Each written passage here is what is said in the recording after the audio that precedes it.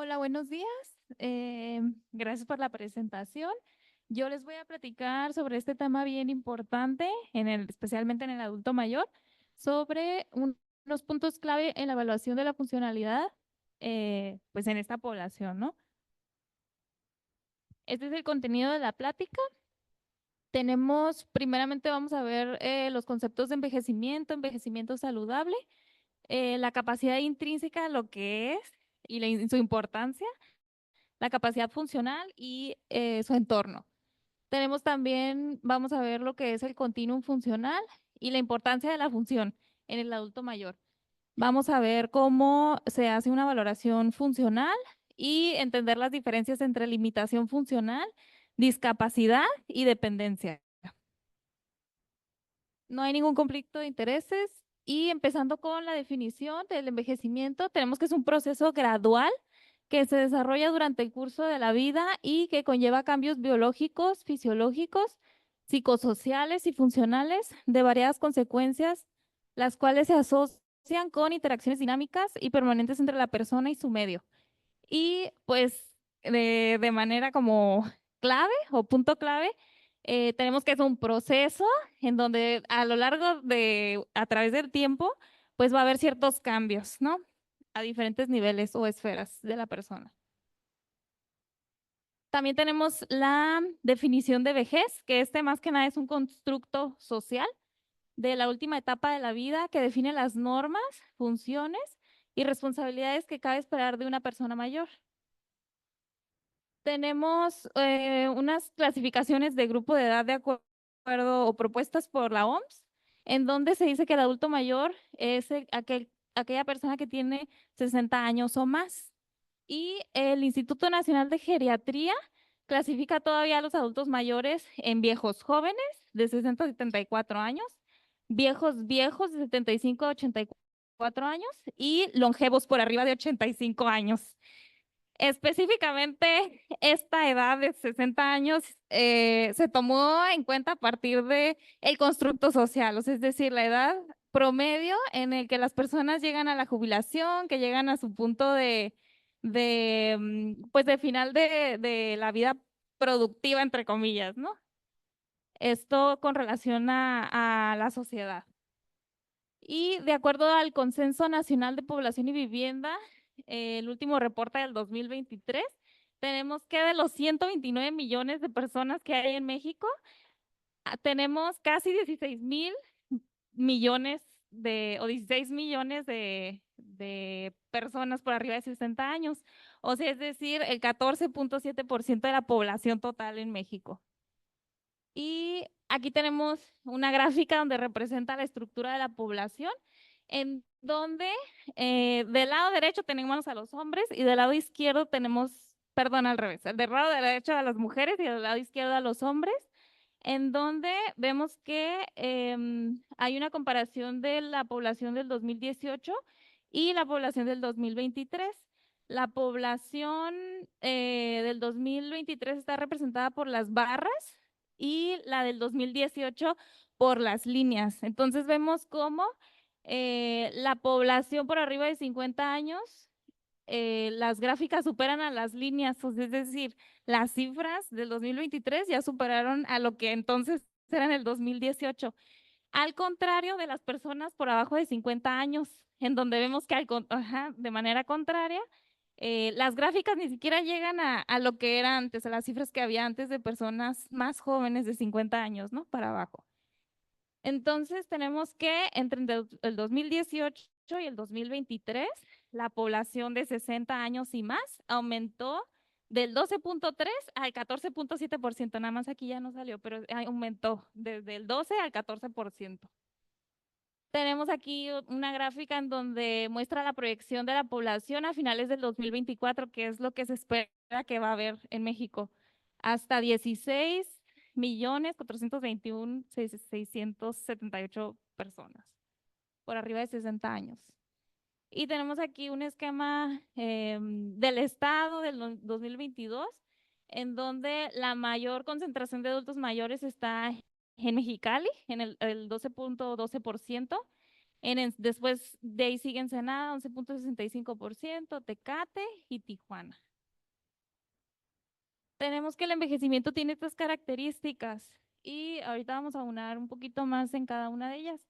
Tenemos que es un proceso dinámico, progresivo, es irreversible, complejo y variado. ¿Y a qué nos referimos con que es un proceso diverso? Sucede que no todos los adultos mayores o no todas las personas envejecemos de la misma manera, o sea, no es un proceso lineal. Dependiendo de las características de la persona, tanto personales, intrínsecas del entorno en el que viva la persona, pues entonces es que podemos tener tres posibles trayectorias e incluso otras alternativas. Tenemos aquí un ejemplo en donde la línea azul representa, o la letra A, representa una trayectoria óptima, en donde la capacidad intrínseca permanece alta hasta el final de la vida. O sea, es decir, la persona está estable, puede que tenga enfermedades o no, pero sus enfermedades a lo mejor están estables, controladas, y llega una situación aguda en donde venga a terminar con la vida de la persona, ¿no? De manera súbita. Y tenemos en la línea amarilla, que es la letra B, una trayectoria interrumpida, que es donde un acontecimiento provoca disminución de la capacidad seguida de cierta recuperación.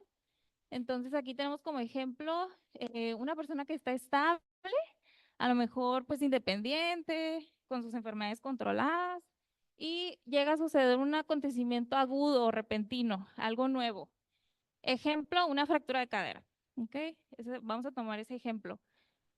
De los adultos mayores que se fracturan la cadera, hay personas que pudieran tener una recuperación parcial, pudieran a lo mejor recuperar la capacidad de trasladarse o hacer transferencias y hacer ciertas actividades. Hay otras personas que pudieran llegar a caminar nuevamente sin ningún problema y ser independientes.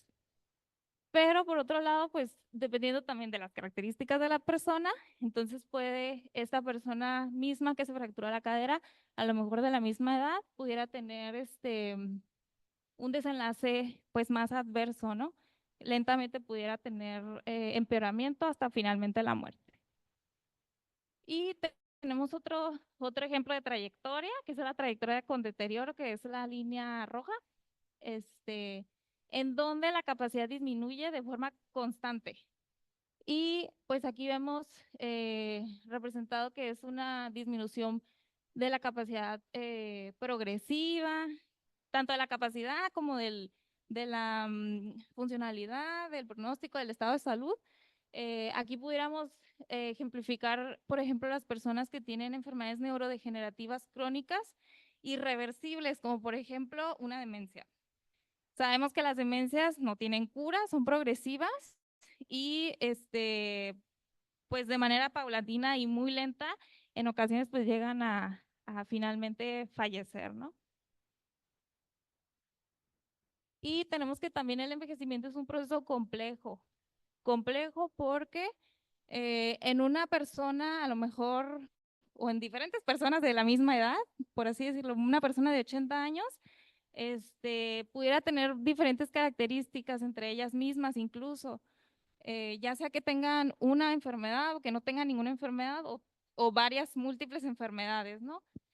Y la manifestación de una nueva enfermedad o de las enfermedades que ya tiene la persona que tengan una descompensación, la presentación de esta descompensación o de esta agudización, pues va a ser muy diferente a quizá un adulto joven, ¿no? Y esta sería la forma de presentación de sus enfermedades como síndromes geriátricos. Ejemplo, caídas, el síndrome de caídas.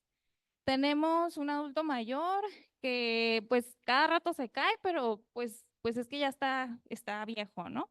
Ya está grande. Pues es normal que los adultos mayores se caigan. Es un dicho que lo podemos escuchar muy frecuentemente. Este, mm, y, pero bueno, ¿qué sucede? ¿Por qué se está cayendo? Entonces llega a hospital, a urgencias, resulta que se le aborda, se le estudia y la persona puede tener un síndrome del seno enfermo, por ejemplo.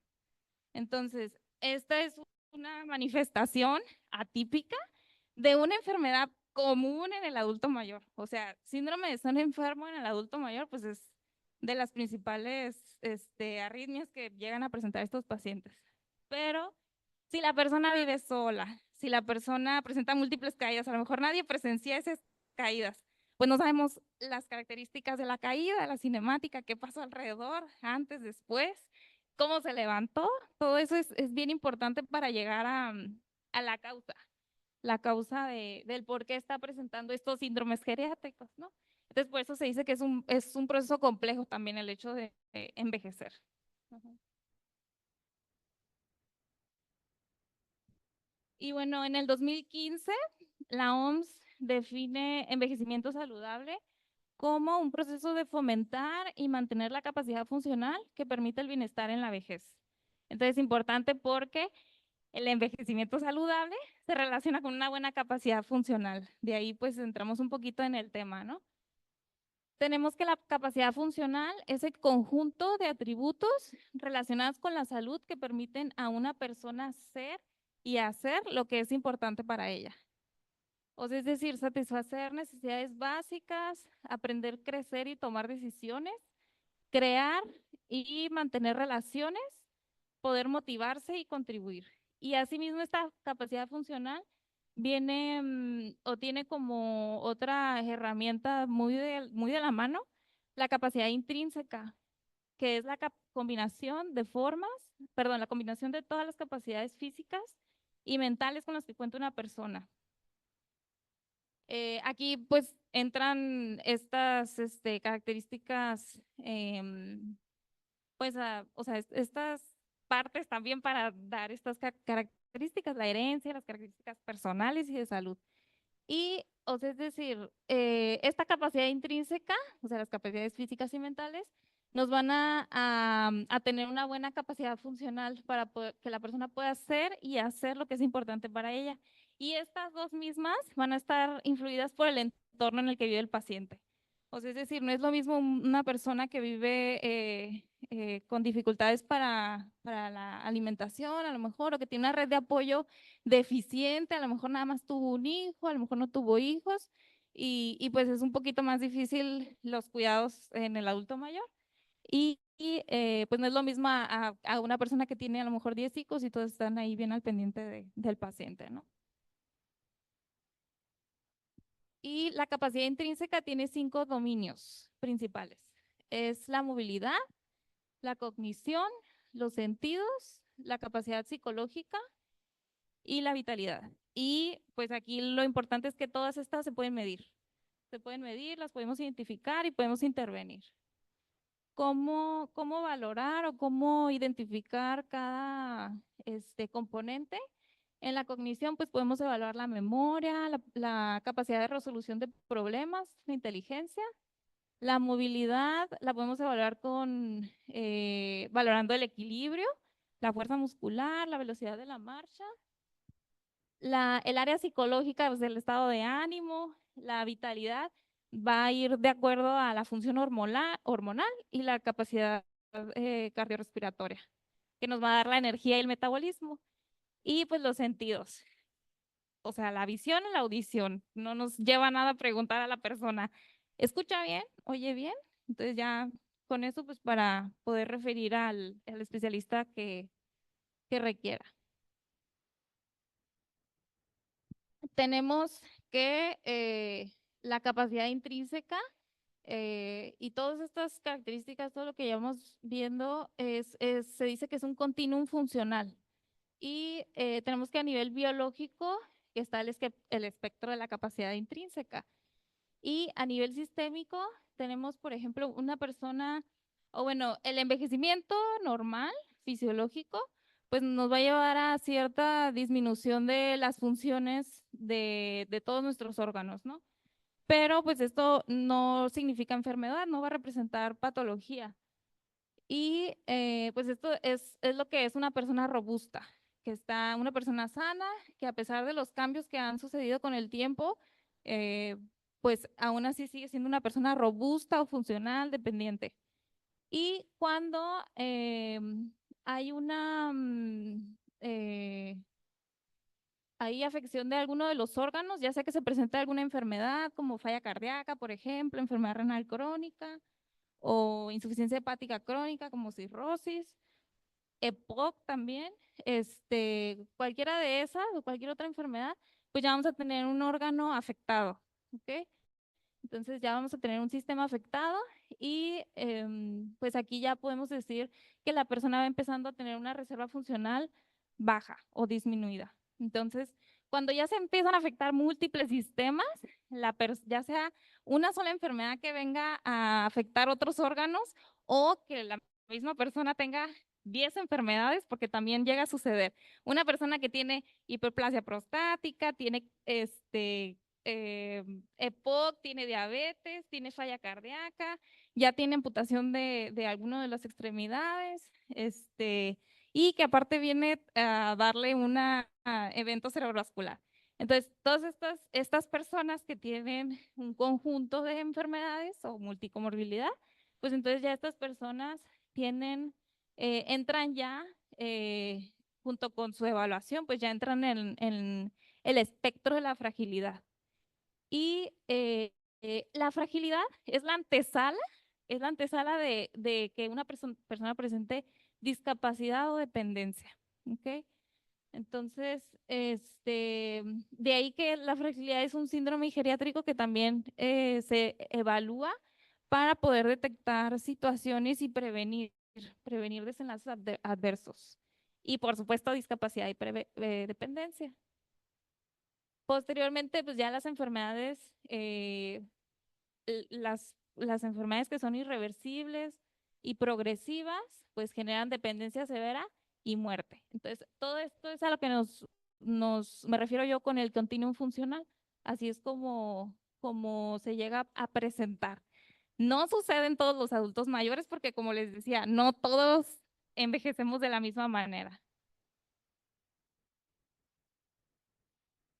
Y el principal condicionante de este continuum funcional es que predice eventos adversos graves a la salud, una mala calidad de vida, necesidad de atención sanitaria y social especializada y pues asignación de recursos o mayor requerimiento de recursos. Ajá.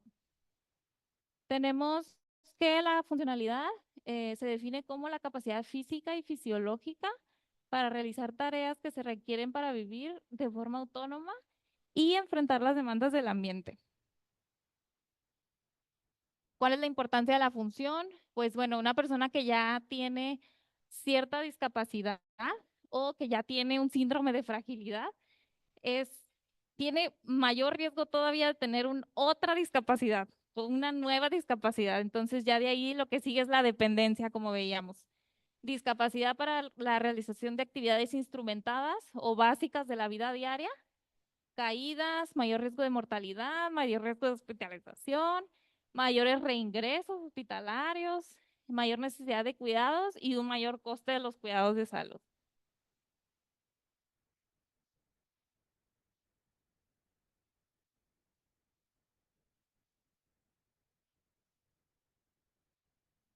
¿Y por qué o por qué es importante hacer una valoración funcional en todo adulto mayor?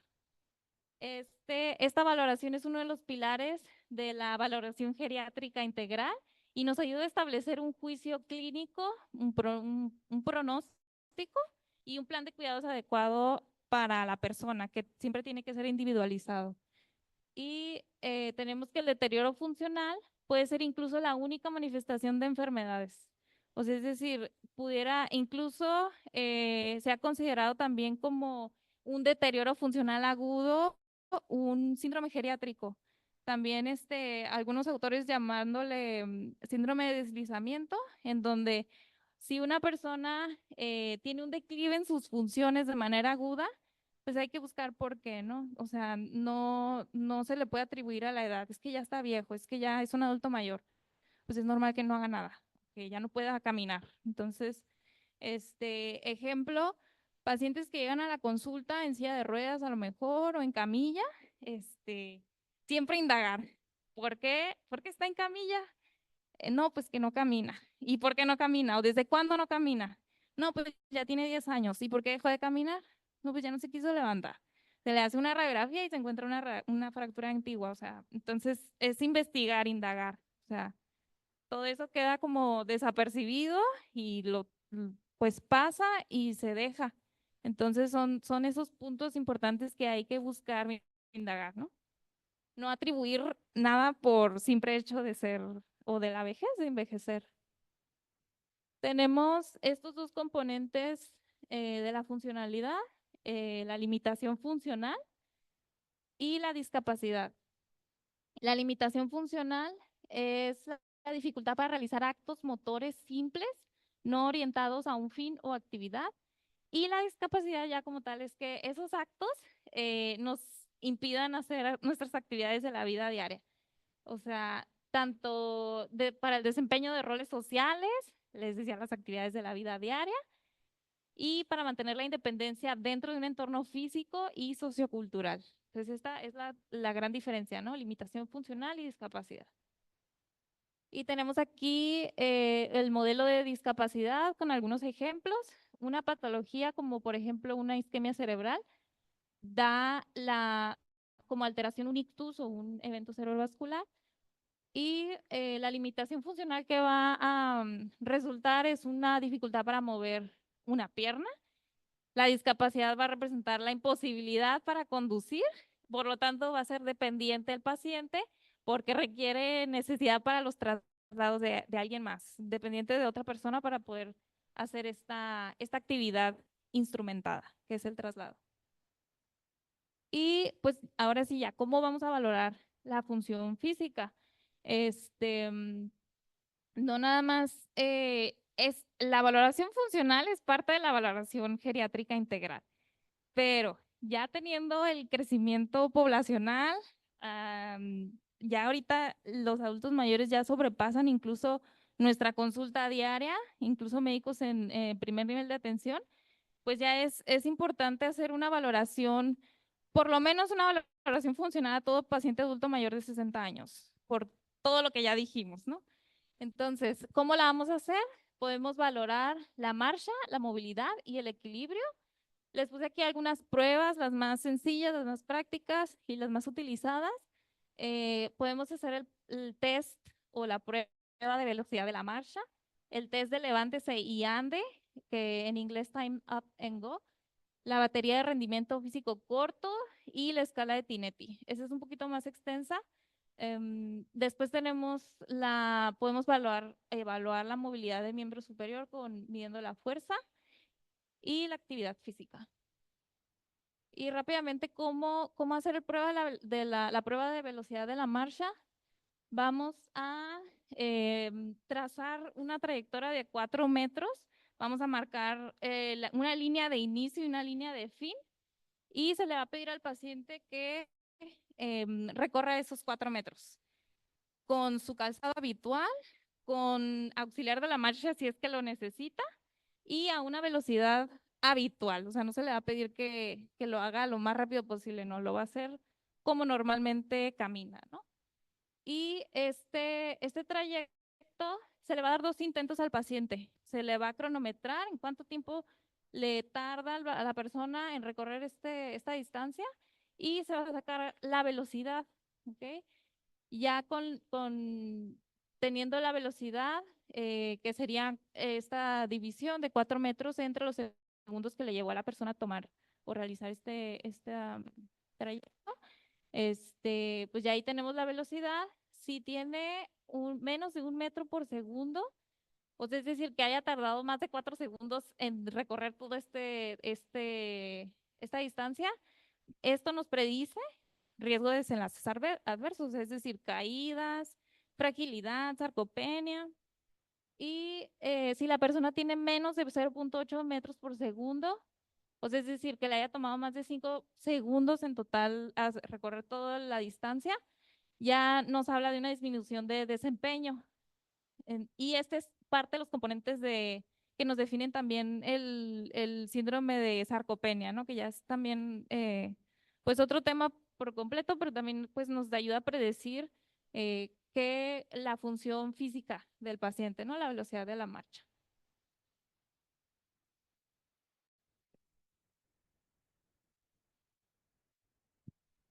Después tenemos esta batería corta de desempeño físico, en donde esta tiene tres rubros o tres partes a evaluar. En primer lugar, la prueba de balance, está la prueba de velocidad de la marcha y está la prueba de levantarse 5 veces de una silla, que esto nos ayuda a evaluar la fuerza del paciente. La prueba de balance está constituida por tres partes.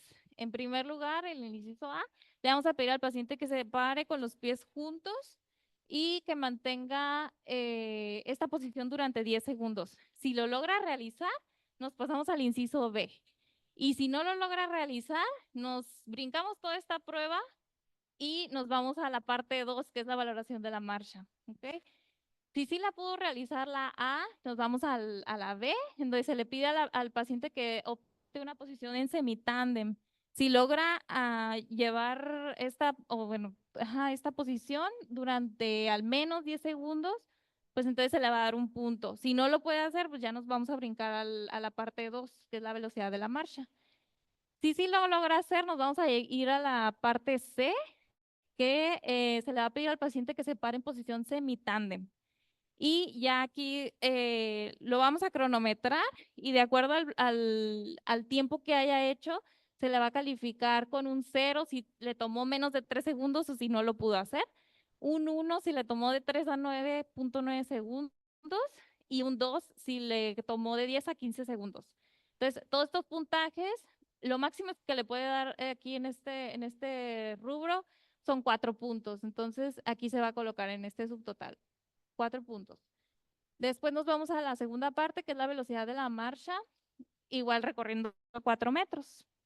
La primera medición se le va a pedir pues que recorra la distancia y se van a tomar en cuenta los segundos. Y si no lo pudo hacer, pues entonces nos vamos a la tercera parte, que es la prueba de velocidad, perdón, la prueba de levantarse 5 veces de una silla. Si sí lo pudo hacer, entonces nos vamos a la parte B, que se va a hacer una segunda medición y esta ya va a ser la que nos va a dar el puntaje.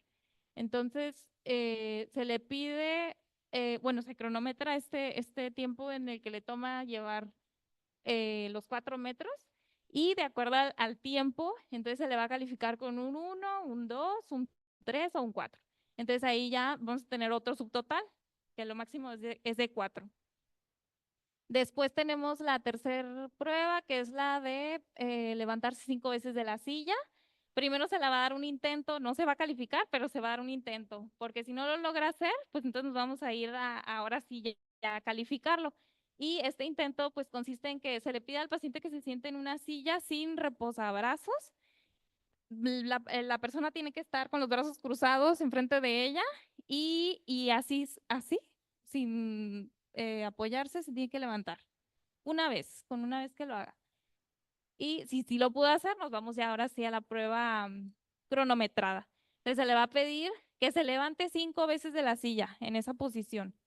Y de acuerdo al tiempo que haya hecho, pues entonces se le va a dar una calificación. Y lo máximo de puntaje es 4 puntos. Se van a sumar estos 3 subtotales y el máximo de puntos sumados van a ser 12. Si la persona tiene un puntaje de 12, es que tiene un buen desempeño físico.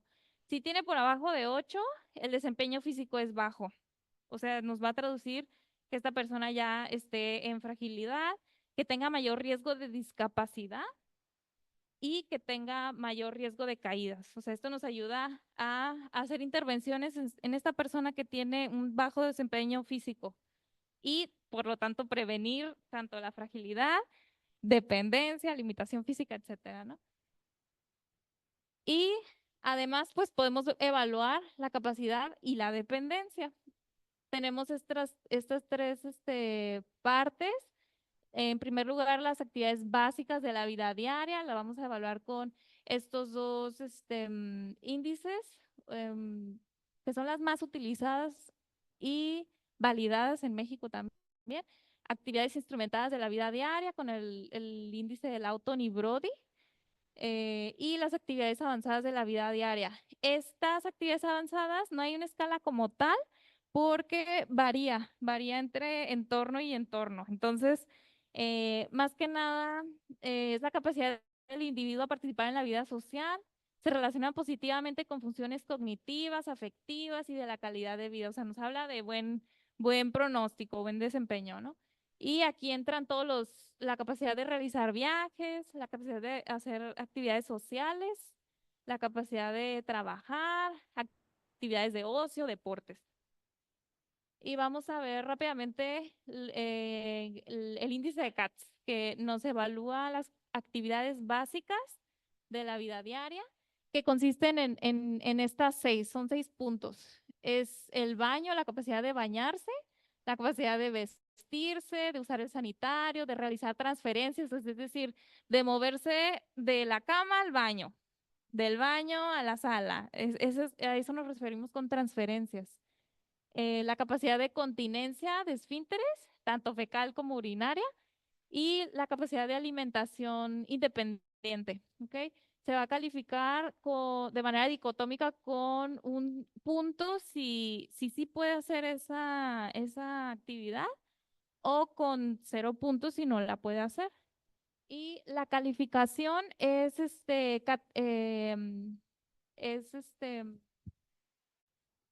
alfabética. O sea, es decir, si una persona es dependiente para una actividad, acá se le va a poner un 5 de 6 y lo tenemos que traslapar acá a la interpretación de manera alfabética. Entonces, si la persona es independiente, o sea, puede realizar todas las actividades, se le va a dar una calificación de una A, o sea, es CATS A. Si la persona es dependiente para una sola actividad, se le va a dar, o sea, es decir, que tenga un resultado de 5 de 6, se le va a dar una calificación de B, CATS B. Si la persona es dependiente para 2 actividades, se le va a dar una calificación de 4 de 6, o sea, es decir, un CATS C, y así sucesivamente. Entonces, entre menos puntaje tenga, pues más nos vamos a ir con la letra, ¿no? Del abecedario. Y ya con una sola actividad que sea dependiente para la persona, así se califica. Independiente, CATS B, por ejemplo, independiente para las actividades de la vida diaria, excepto, y ya ponemos ahí, especificamos la actividad que no puede realizar. Tenemos también el índice de Bartel. Esta es un poquito más detallada, es más específica porque evalúa todavía un poquito más cada rubro. Y igual evalúa las actividades básicas de la vida diaria, evalúa la alimentación, el bañarse, el vestirse, el arreglarse, la capacidad de deposiciones, micciones, aquí divide la continencia, usar el retrete, la capacidad de traslado de sillón a cama, la capacidad de deambulación y de subir escalones. Entonces, aquí el puntaje total o máximo es de 100, que nos va a decir que es una persona independiente. Si la persona tiene un puntaje de 91 a 99, entonces tiene una dependencia leve. Si tiene de 61 a 90, tiene una dependencia moderada. Si tiene 21 a 60, tiene una dependencia severa. Y si tiene de 20 o menos, pues el paciente es dependiente total. Tenemos esta escala también que es del Auton y Brody, es para actividades instrumentadas, evaluarlas. Y son todas estas que están aquí. La capacidad para usar el teléfono de casa, no necesariamente un celular. Un celular ya entraría dentro de las actividades avanzadas, pero aquí es la capacidad de usar un teléfono de casa, tanto contestarlo como marcar a alguien si es que necesita. La capacidad de transporte público principalmente, la capacidad de medicación, transporte público porque el transporte, o sea, el hecho de que una persona pueda manejar, esa ya es una actividad avanzada, ¿ok? Y la capacidad de tomar sus propios medicamentos, la capacidad de manejar finanzas, la capacidad de ir de compras, la capacidad de cocinar, cuidados del hogar y lavandería. Entonces, esta escala se clasifica de manera dicotómica también, con un punto si sí puede hacer esa actividad y con 0 puntos si no la puede hacer. El resultado máximo es de 8 de 8, o sea, es decir, una persona independiente para las actividades instrumentadas de la vida diaria y Aquí esta escala tiene un sesgo. Personas que nunca han realizado una de las actividades que se evalúan, pues esa no se toma en cuenta. O sea, una persona y también pues tiene el sesgo de género. Una persona que nunca ha lavado, nunca ha hecho tareas del hogar, nunca ha cocinado, pues estas no se van a tomar en cuenta, ¿ok? Igual se puede clasificar a lo mejor un 4 de 8, pero tenemos que especificar independiente, sesgado por género, el paciente nunca ha hecho estas actividades, entonces se considera independiente, ¿no? Y como conclusión, tenemos que la funcionalidad es uno de los 4 principales indicadores de salud y envejecimiento a nivel internacional. Entonces, bien importante evaluar todos los médicos o todas las personas que tengamos, o que estemos al servicio prestando atención a la salud. Es importante evaluar esta área por todo lo que ya vimos, ¿no? No importa si no ese es geriatra, hay que evaluarlo para saber el pronóstico y todo esto que ya vimos. En los adultos mayores es un indicador de limitación en la calidad de vida, la sobrevida, mayor riesgo de complicaciones y de estancia hospitalaria. La adecuada evaluación de la funcionalidad del adulto mayor en la atención médica de rutina puede detectar tempranamente la declinación funcional y aumentar la probabilidad de mejorar el pronóstico al realizar intervenciones terapéuticas y o preventivas. Y nada más, eso es todo. Muchas gracias.